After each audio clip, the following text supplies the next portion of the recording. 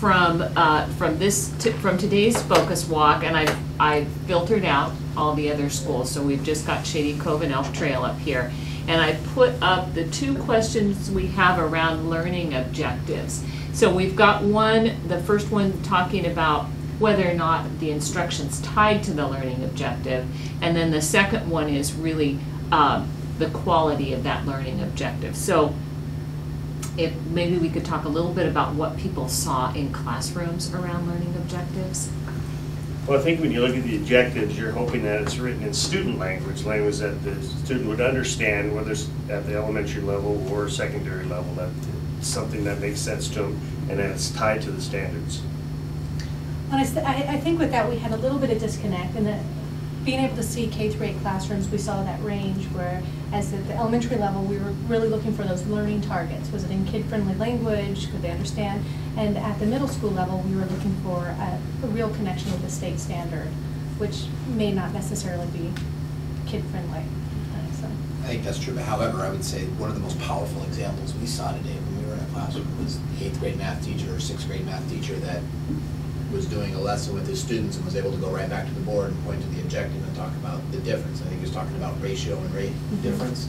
That was very powerful for the kids to get that quick, oh yeah, that's a rate, that's a ratio. And he was able to do that because it was posted on his board. Well, and I wonder, you know, we have a big discrepancy between the not displayed and displayed, and we were in a kindergarten classroom where, I don't know if you read the daily message, had the target embedded in the daily message. And so if you didn't take the time to read the whole daily message that was written on the chart paper, we might not have seen there was a complete objective. Also, some of those objectives are posted on PowerPoint presentations, and the teacher may have had that displayed earlier in the lesson, and then when we came in to observe during the focus walk, we missed that part of it, and then it's disappeared, so it's not posted, and perhaps the teacher's referring to it later, again, when we're not observing, so we're just missing that information. So maybe that's one of those things, though, that as a group, we need to look at and say, you know what, it's very powerful when you walk in the room, and no matter what time of the lesson, you can see that objective, and if the teacher's putting that in a PowerPoint, the kids can't refer back to that and keep reminding themselves of what they're seeing, and maybe that's something we need to decide that is a common thing, that it's visible the whole lesson, not just at the beginning of the day. And ultimately that every student in there knows what they're supposed to be able to accomplish at the end of the lesson. Right, so exactly. that if they can't remember, they can refer back to it. And we've talked about the power of using those objectives or the learning target for closure and for reminding what did we learn today, did we reach our objective, or are we able to demonstrate what we were trying to be able to demonstrate. I think there's a difference too between a list of activities and an objective, so we have to make sure that we see that in a classroom. We see an objective rather than just this is what we're going to do today. I think we saw some of that in some of the secondary classrooms. Or just standards that have been cut and pasted and put in the list. That's probably one of the hard parts about doing focus walking. You're only in there for a few minutes is you don't get to see the end of the lesson. And I wonder how many, because you mentioned that closure at the end, how many of those teachers are really closing up with referring back to that objective. And we could arrange our focus walks to see perhaps the beginning of a lesson and the end of a lesson, but we are getting at least 20 minutes with 2 teams going through, but maybe we need to arrange it so that we can catch the ends of lessons. I'm just wondering how many people in their buildings have done some staff development already around objectives and learning targets. Have you all done things in your buildings?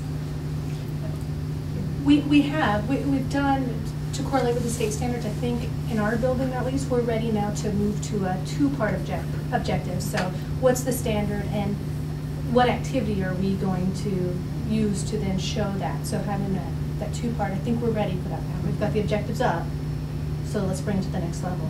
Well, and we've done a lot of work around it at Mountain View, and we also have teachers doing focus walks looking for objectives as well. But at Lake Creek, in the multi-age classroom with our kinder, first, and second grades, we are not, I haven't done the work there yet, and I think it would be really challenging. That would be posting 3 for reading, 3 for math per 3 grade levels, something like 12 or 14 objectives. So it must look different in a multi-age classroom, and I don't quite know what that would be. I need to work with the teachers more.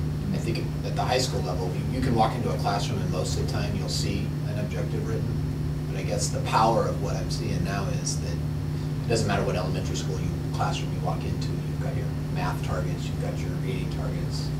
And I think we have work to do in being able to refer back to that and say, you know what, as a whole district, this is a focus of what we're doing, is a very powerful statement. So I think the conversation we need to continue when we have our next principal coach meeting, because we can talk about what kinds of staff development do we need to design, and how can we have a consistent expectation across the district about what we're talking about when we're talking about learning targets and learning objectives. And because it doesn't seem like right now we're kind of seeing a little bit of everything. Even amongst ourselves, we need. Yeah.